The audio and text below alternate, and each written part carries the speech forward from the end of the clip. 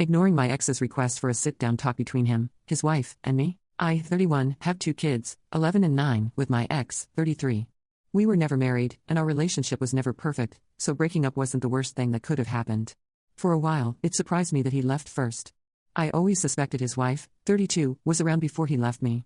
I know the two of them told me they were a couple less than 5 months after we broke up, and in that same conversation, they told me they were a team and everything going forward had to include her because the kids would know her as their second mom. They told me to get used to hearing her called mom because they would not stop it and would actively encourage it. I brought them to court, and the judge added a clause about calling a step-parent/partner mom or dad. This pissed them off, but they still tried to show off what they could do as a couple for the kids that I couldn't as a single mom. Ex's wife also told me that she would be the mother to their other siblings, and she was going to have a bunch of babies, and that would win the kids over to her even more. She said she would be the preferred mom even if they never got to call her that. Or she said maybe they would, and my kids would hate me for separating them if I got so jealous.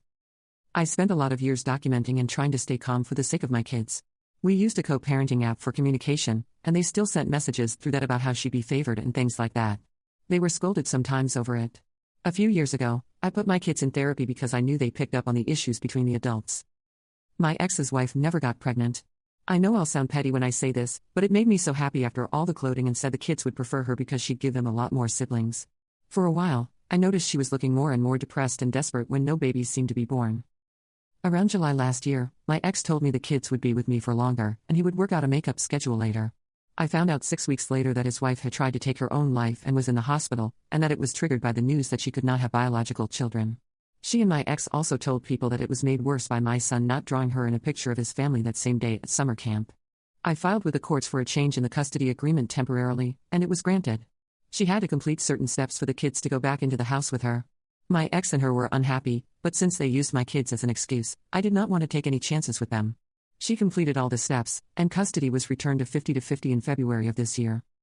Back in June, my ex suggested the three of us sit down and talk some things through. I told him that anything that needed to be said could be done via the app. He said face-to-face was better. They wanted to improve the relationship so that she could be an equal parent and family member to the kids. Both of them started info dumping about her inability to have bio kids and how it hurts her to know the kids don't see her as family. How they want us to put away the animosity so we can all be present and there for the kids, and that she realizes it won't happen while she hates my guts and wishes I would give the kids to her. I started ignoring the requests after first saying no because I do not think this will be a good idea, and I do not trust them. They do not want us to do it over the app. The lucky thing for me is it's all in the app, and there are some concerning comments like they would hope I would let go of the no calling a step-parent or partner, mom, or dad rule, and things of that nature. When I did not reply and agree to meet up, my ex started saying I was not putting the kids first, and I needed to stop using everything against them in court.